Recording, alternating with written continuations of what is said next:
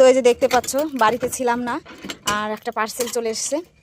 তো চলো কি পার্সেল এসছে দেখি। এই ভেতর দিয়ে নাকি দিয়ে গেছে, এর নিচে একটু ফাঁকা আছে, তো সেই ভিতর দিয়ে গেছে।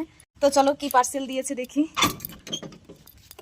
তো দেখি মেঘা কি পার্সেল, দেখি দরজাটা খোলো, দেখো দেখি দেখি, আসো আসো ঠিক আসো। তো এই যে পার্সেল এসছে। মেঘা বলো তো এটার মধ্যে কি আছে? তুমি জানো এটার মধ্যে কি আছে? এর মধ্যে তোমার একটা ড্রেস আছে। তো মেয়েকে নিয়ে গিয়েছিলাম ডাক্তার কাছে, তো তার মধ্যেই দেখি বাড়িতে একটা পার্সেল এসছে। ছিলাম না, পেমেন্ট করা ছিল বলেই দিয়ে গেছে। তো এখন খুলবো। মেঘা বলো তো এটা কি পার্সেল হতে পারে? তোমার এটা পছন্দের একটা পার্সেল, একদম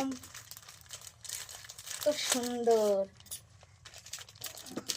এটা মেয়ের জন্য, তো সামনেই তো 15ই আগস্ট। তো মেয়ে অনেকদিন ধরে বায়না করছিল আমি পতাকার ড্রেস করবো, ওই কারণে মেয়ের জন্য এটা অর্ডার করা।